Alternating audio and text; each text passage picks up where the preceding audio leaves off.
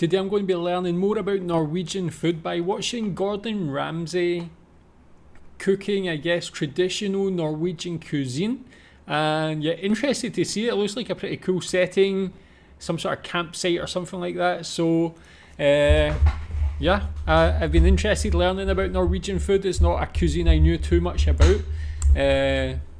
Yeah, it's one of these ones like you don't really see many Norwegian restaurants in other countries and so on that I've been. I'm sure there probably is, but I've never seen one. But yeah, interested to see this. Tell me if this is food that you know, have tried. Let's enjoy. Gordon Ramsay headed to Norway to learn how to cook like a true Viking. But how this region developed some of its traditional dishes happened long before these explorers took to the seas. I want to move to Norway. Sami to the Vikings. The Sami people are indigenous to the Sampi region, which includes northern parts of Norway, Sweden, Finland, and Russia. They're descendants of nomadic peoples who've inhabited the region for thousands of years. Their population today is estimated to be around 80,000, with about half currently living in Norway. Despite their relatively small population size, Sami people have had a huge influence on Nordic culture, and even in feature films, like Frozen 2.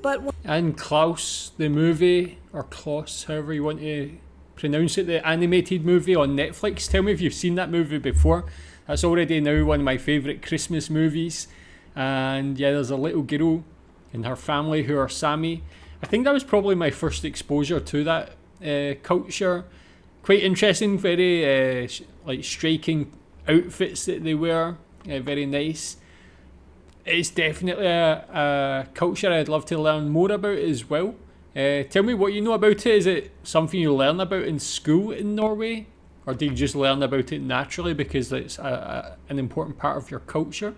But one of their biggest influences is in their cuisine. Traditionally, the Sami were hunter-gatherers that feasted on in-season berries and animal-based meals like reindeer meat and fish. The meats were preserved through salting and drying. Communal reindeer herding later replaced hunting and became an integral part of the Sami economy. How many are in the herd? What's your fortune? I think Magna is trying to tell me that it's rude to ask a Sami about the size of their herd. Is that true? Is that, yeah, what's your fortune? I guess he's like, in other countries, yeah, it's rude to ask like how much you earn or how much money you have. I mean, yeah, I don't know why it would be, but I guess that's just the same as like, I don't know why it's rude to ask people how much they earn in certain countries as well, but yeah, interesting part there that it's rude to ask a Sami the size of their herd. At least you know that now. Culturally, the Sami people used all parts of the animal so that nothing would go to waste. Are they warm? Yes, warm. So you waste nothing? No. No waste, even the shoe. I mean, could you make them my size 15? Expensive. Animal byproducts like hides, bones, and blood were used for clothing, tools, and even other meals. Blood pancakes, anyone? I actually like the flavour. The texture's quite thick and dense. And now... Yeah, like blood is one of these things that sometimes they'll use it as a sort of like an example of something quite out there when it comes to cuisine, but obviously being from the UK, we eat black pudding, blood pudding, and it's super, super good. So these sort of things, it doesn't like make me like not want to try it. Like for sure I would love to try that, see how it actually tastes. I'm sure it's like got some nice seasoning and flavour as well to make it tasty. And now, onto the Vikings. The Viking Age started around the late 8th century, where Danish, Norwegian, and Swedish warriors took to the seas to raid and colonize other parts of Europe. To meet the high energy demands of a Viking lifestyle, high-fat foods were a necessity, especially in winter months. Vikings were comprised of independent farmers, and when on land, they surprisingly had a good amount of variety in their diet. This included cereals, animal milks, wild fruit and berries, and a wide variety of meat, including horses, pigs, goats, and sheep. This is a sheep's head. How far does this date back? 900th century. Vikingtiden. The Vikings. Wow. Fish and fresh shellfish like scallops were also staples, both at land and at sea. I'm amazed. How sweet they are. That's a big shock for me. Like the Sami, Vikings were not known to let food go to waste. Domestic animals were first used as working animals, then later eaten, which led to established delicacies like sheep's head. Boiling meat and stew. See, it's like when you see things like this and you think about how they eat, and I think maybe to some people it might seem strange, but when you think about how much processed food gets eaten in a lot of countries these days, food with so many additives from, like, you don't even know what's inside the food. It's just really made of nonsense.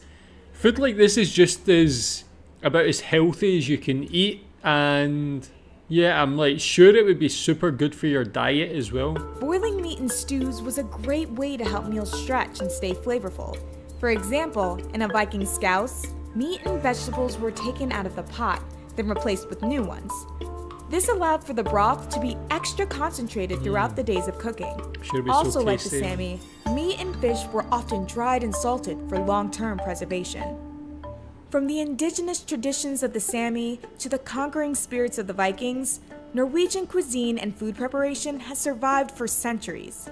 And while some of the dishes may look a little different today, their roots will remain for generations to come. Cool.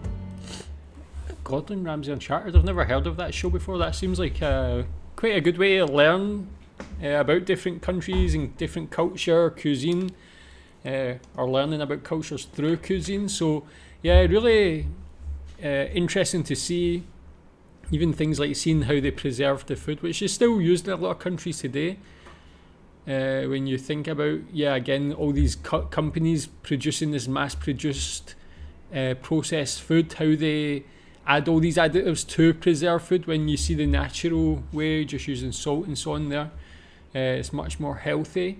So yeah, obviously the diets of the people here would just be incredibly better than most of your sort of average kind of processed food today.